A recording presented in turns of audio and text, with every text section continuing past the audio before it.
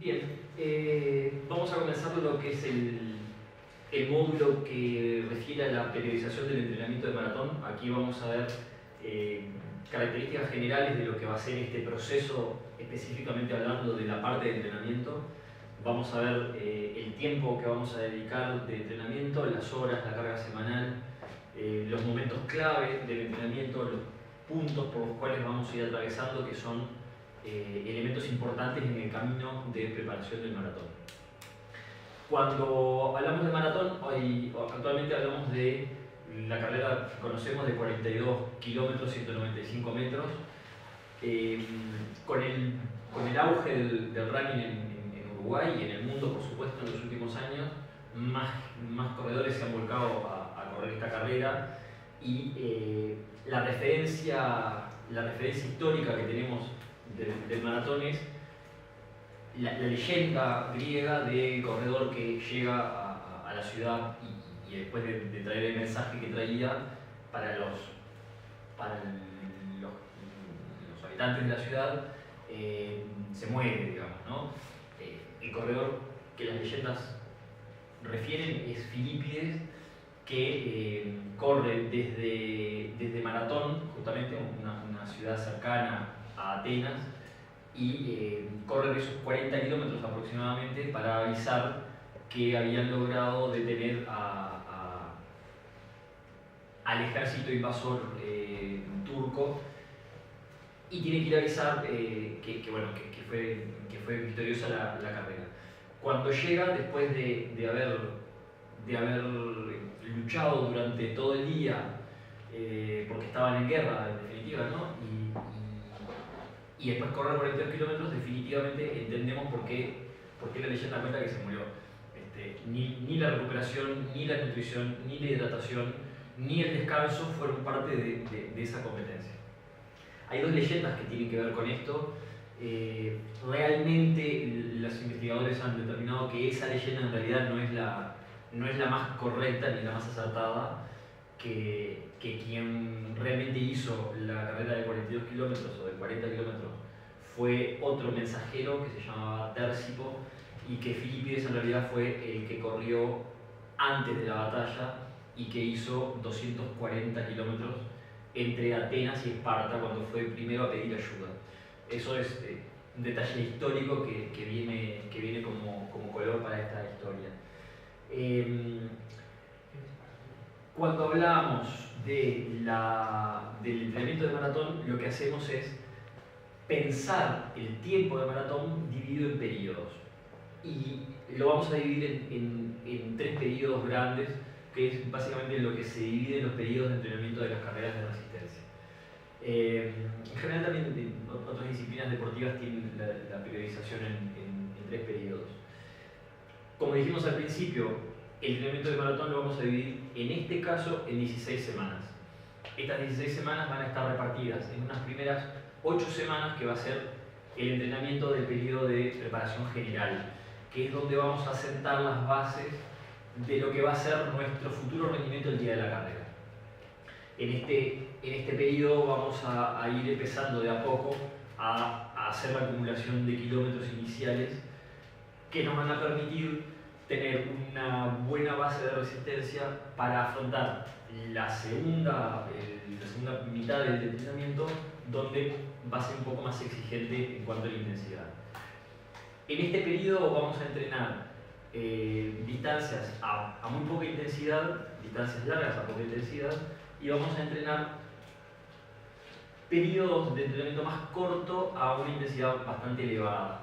Digamos, es lo que llamamos entrenar por abajo y por arriba, y a medida que se avanza el tiempo de entrenamiento nos vamos acercando a los ritmos que cada uno pretende lograr el día de la carrera.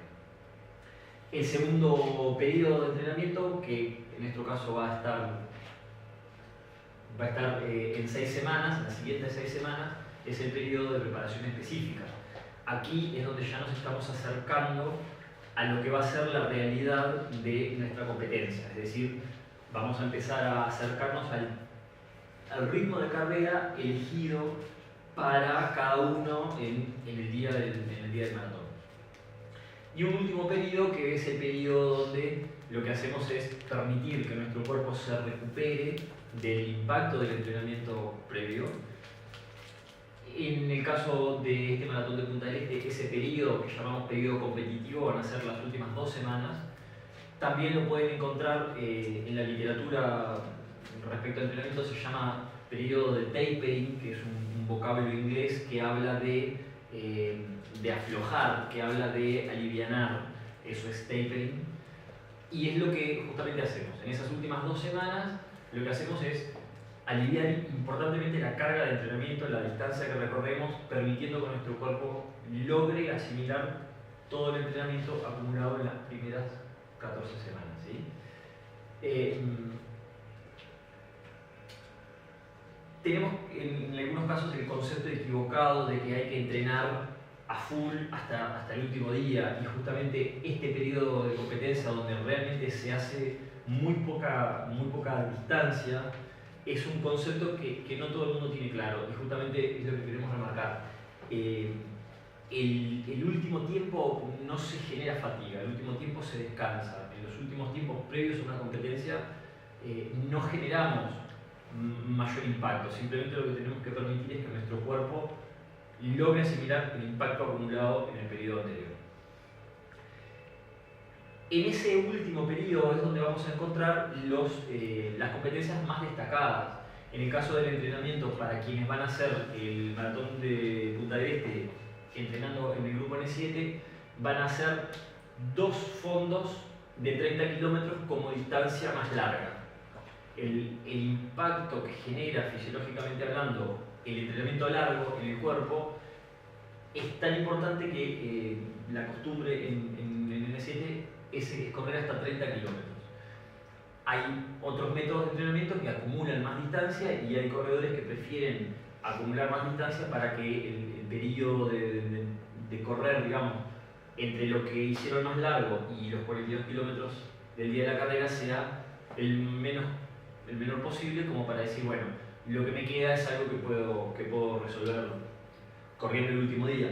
Nosotros lo que creemos es que las distancias más largas, limitándolas a 30 kilómetros, permiten acostumbrar al cuerpo al impacto que implica el entrenamiento, acostumbrar hablando en lenguaje coloquial, acostumbrar a la cabeza a manejar ese tipo de distancias, y en definitiva para el estilo de corredores recreacionales como somos quienes estamos encarando este entrenamiento, nos está ocupando unas 3 horas más o menos de entrenamiento, quizás un poquito más.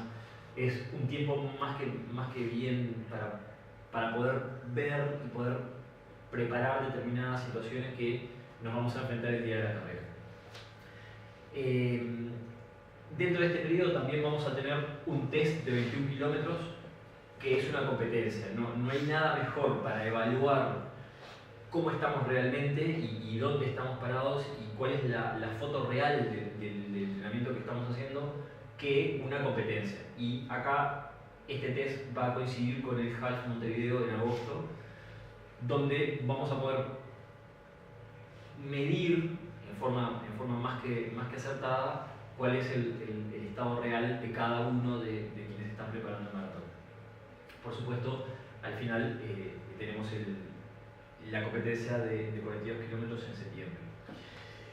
Esto que van a ver acá es cómo vamos a distribuir la cantidad de kilómetros semana a semana para lograr el objetivo de correr los 42 kilómetros. Este es un ejemplo de un atleta integrante del M7 que va a hacer su debut en el maratón y que va a correr semana a semana entre 37 y 38 kilómetros, llegando a la semana de mayor carga que va a superar los 90 kilómetros en la semana. Para atletas amateurs, para atletas recreacionales, para corredores populares que se llama, quizás el número de más de 90 kilómetros a la semana es un número que está un poco exigente. En particular, como el entrenamiento es personalizado, este corredor tiene una muy buena base de entrenamiento y unas características personales que alientan justamente a llevarlo un poco más al límite. En general, no todos los corredores van a correr tanta distancia.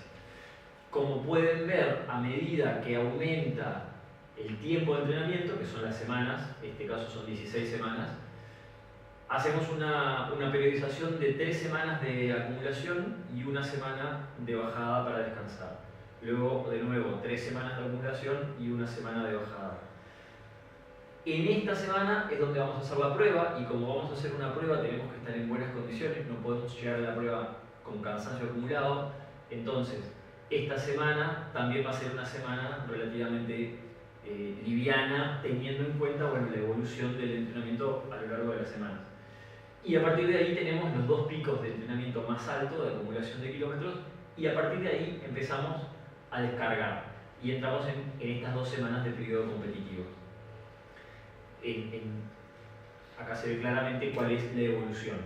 Empezamos a crecer, llegamos al pico máximo de acumulación y empezamos a descargar para permitir que nuestro cuerpo asimile completamente el entrenamiento anterior.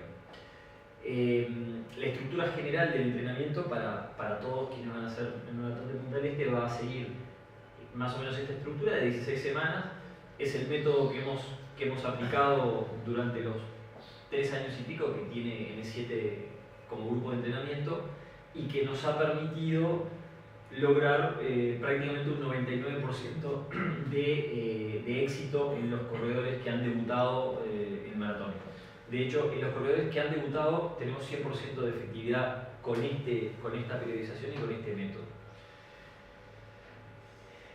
Hablando justamente de la historia, acá traigo un ejemplo real, con datos reales, de lo que fue el entrenamiento. En este caso es un atleta, un caballero, tenía 52 años en el momento de su debut en maratón. Él compitió en el maratón de Rosario, Argentina, en el 2013.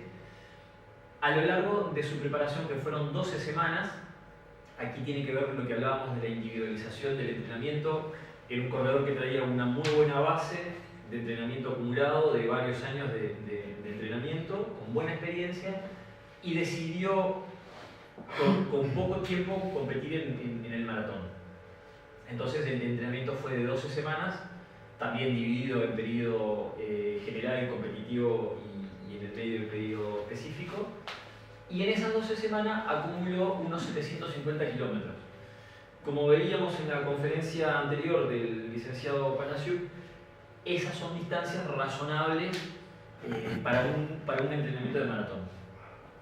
En esas 12 semanas entonces acumuló 750 kilómetros, se le estimó un tiempo final de carrera de 3 horas 50 y el tiempo real, oficial, tiempo neto de nuestro compañero fue 3 horas 45. Esta es entonces la distribución de carga de kilómetros. Como les decía, él ya traía una muy buena base de entrenamiento y desde el principio ya acumuló una buena cantidad de kilómetros, que también fueron 3 y 1, creciendo y creciendo. El pico apenas 2 semanas antes, porque el tiempo total de entrenamiento era menor, y las últimas 2 semanas bajó considerablemente la cantidad de kilómetros que corrió. Y acá traemos el ejemplo de una mujer integrante del equipo N7 que hizo su debut en maratón el año pasado, también en el maratón de Punta del Este. El entrenamiento lo hizo durante 14 semanas. En esas 14 semanas acumuló 950 kilómetros de entrenamiento. El tiempo estimado que teníamos previamente era de 4 horas 13 aproximadamente, y el tiempo final logrado fue de 4 horas 14, lo que quiere decir que cumplió, estamos hablando de 1 minuto en 4 horas y cuarto, es un porcentaje queda quizás muy exigente decirlo, pero es un porcentaje de error relativamente menor, y lo que habla de lo ajustado que es el entrenamiento que esta compañera realizó. Acá tenemos la misma distribución, 3 semanas de acumulación, 1 de descarga, 3 semanas, 1 de descarga. Acá hay características propias del periodo del año, y eso es muy importante como tenemos un entrenamiento que es personalizado, es decir, incluye lo que son las características de nuestra vida real y del periodo del año en el que estamos y las competencias en las cuales nos gusta participar. Entonces, en base a todas esas características es que se va ajustando el entrenamiento para hacerlo más adaptado a la realidad. Como vimos en la imagen anterior, el entrenamiento pensado para el maratón de Punta del Este es de 16 semanas. El compañero que veíamos en la distribución anterior va a acumular 1100 kilómetros en esas 16 semanas. Como dijimos, es un compañero que tiene una muy buena base previa de entrenamiento y está ajustado a lo que él puede rendir. Y los demás compañeros que van a debutar en el maratón de Punta del Este no van a acumular tantos kilómetros y andarán rondando los 900, 950 kilómetros, tal como esta compañera en 2015. Acá vamos a hablar un poquito de lo que tiene que ver con las intensidades de entrenamiento. El entrenamiento de maratón tiene que generar adaptaciones en cómo nuestro cuerpo genera y utiliza la energía que es capaz de generar, ¿sí? Existe un valor teórico que llamamos velocidad aeróbica máxima, que es un valor que se estima, porque es un valor aproximado.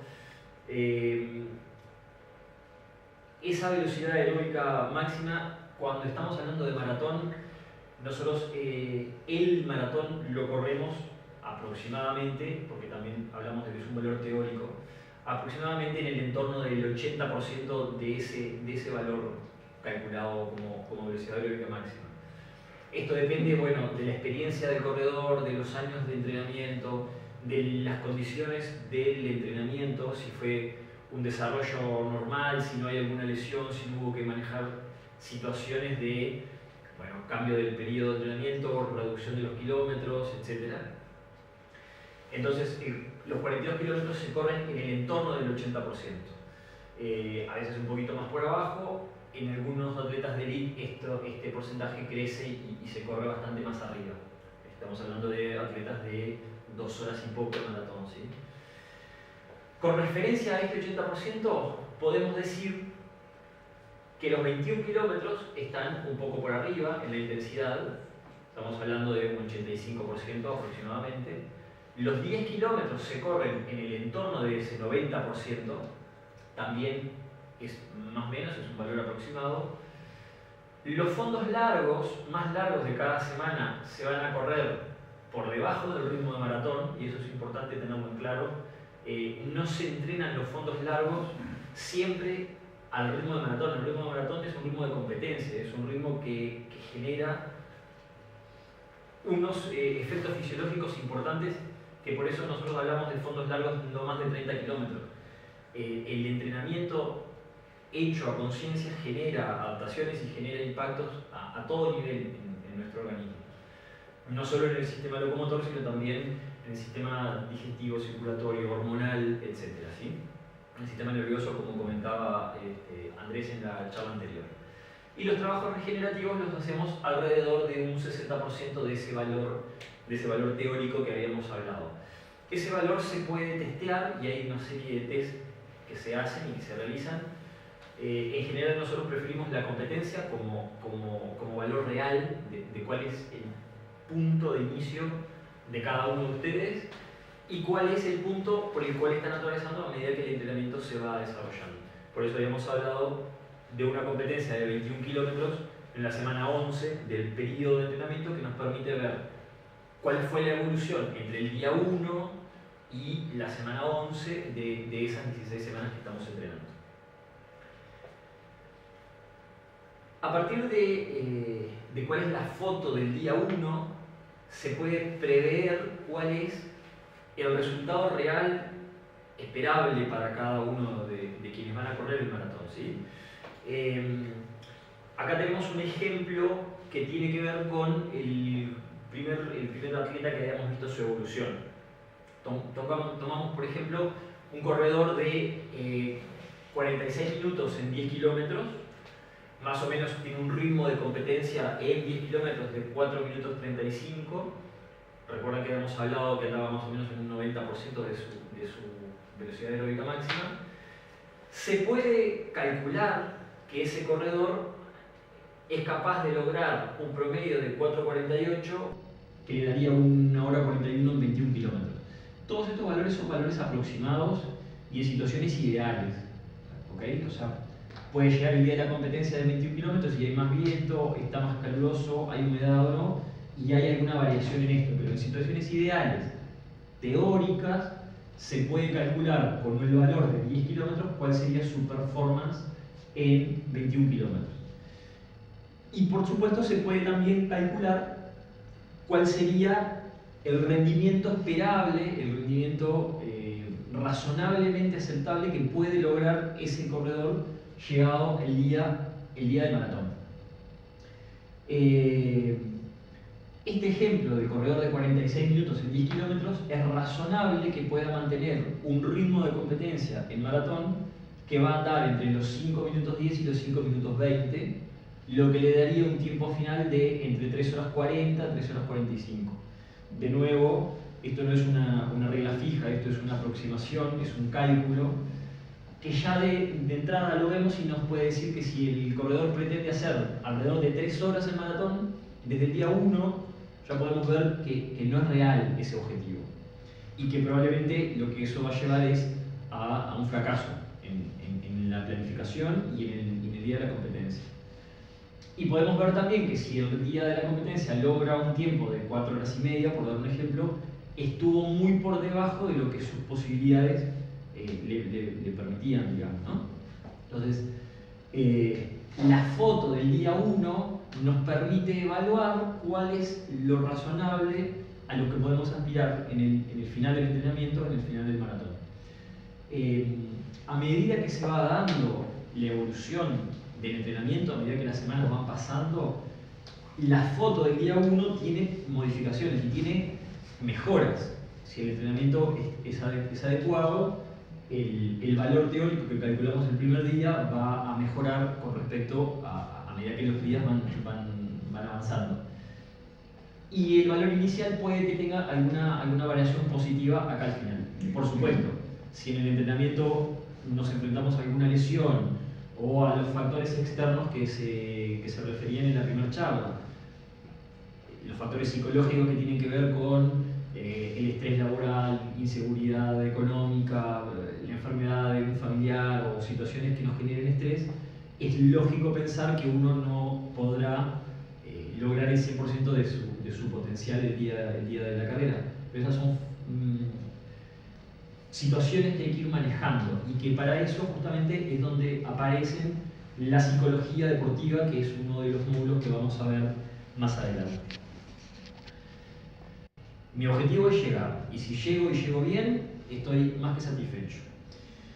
A medida que el entrenamiento va avanzando, y si seguimos con el ejemplo del corredor que venimos trabajando, a medida que empezamos a ganar confianza, los entrenamientos se van dando bien, estamos empezando a sentirnos cómodos con los entrenamientos, acumulamos kilómetros y los fondos largos y empezamos a manejar distancias de hoy tengo que hacer 20 kilómetros y mañana hago 24 y la semana que viene hago 26 y esos números ya no resultan tan intimidantes.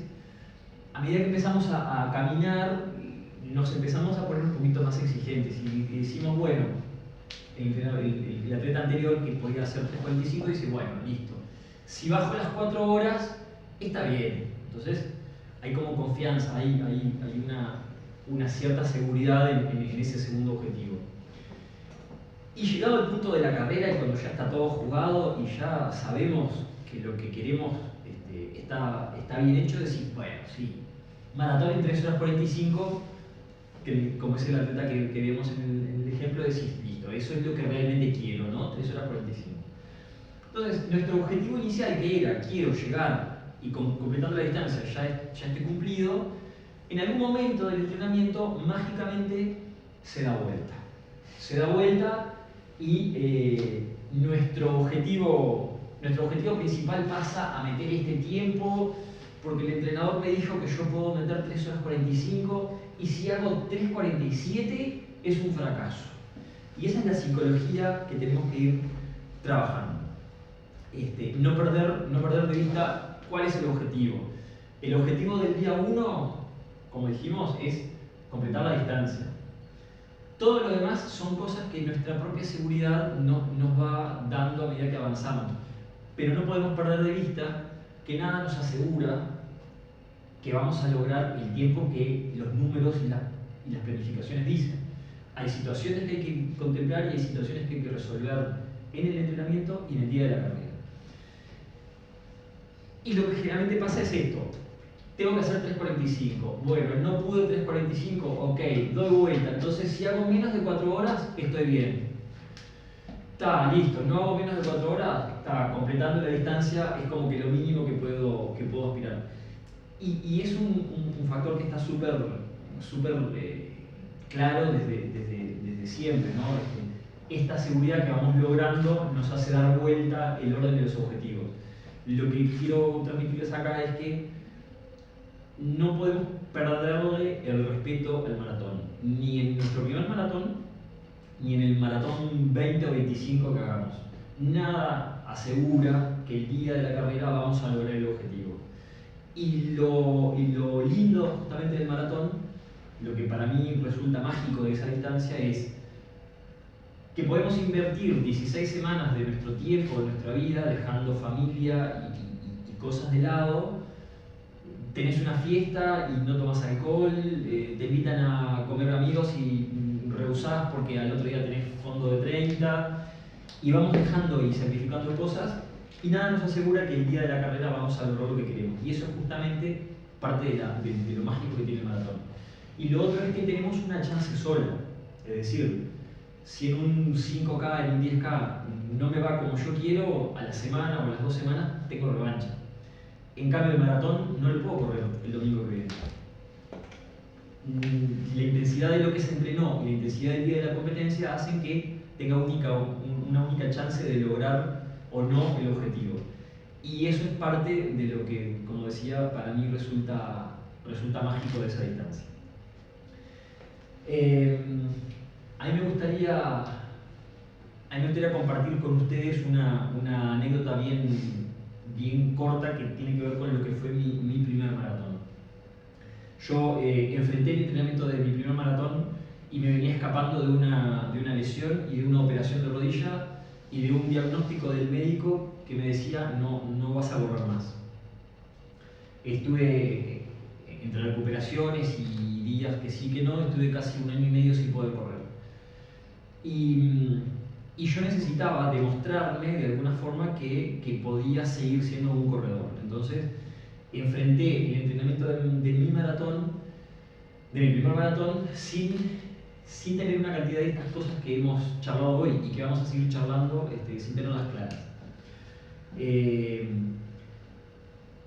Por supuesto, me paré en la línea de largada sin ninguna duda, y no tenía ninguna duda porque en realidad no sabía nada de lo que realmente tenía que saber con respecto a correr un maratón. Y logré el objetivo y tuve el apoyo de familia y amigos y me acuerdo que tenía un auto con quienes me estaban asistiendo, que cada 2 kilómetros estaban ahí esperándome con maní y fruta y bebida isotónica y agua y una toalla por si tenía sudor y no sé qué, y estaban cada 2 kilómetros esperándome. Fue estresante para todos. Por supuesto, comí una enormidad, más de lo que tenía que comer en esa carrera. Tomé muchísimo más de lo que realmente tenía que tomar en cuanto a agua, hidratación con bebida isotónica, etc. Logré llegar y llegué en el tiempo más o menos que tenía pensado, y apenas me dieron la medalla me tuve que retirar a un lado y vomité absolutamente todo lo que había comido en la última media hora, ¿sí? Porque todo lo que habíamos hablado de nutrición, hidratación, de estrategia de carrera, etc., no tenía ni idea. Un poco la idea de estas charlas es transmitirles de la mano de especialistas como hemos tenido y vamos a seguir teniendo, transmitirles estas cosas que está bueno que las sepan de antemano.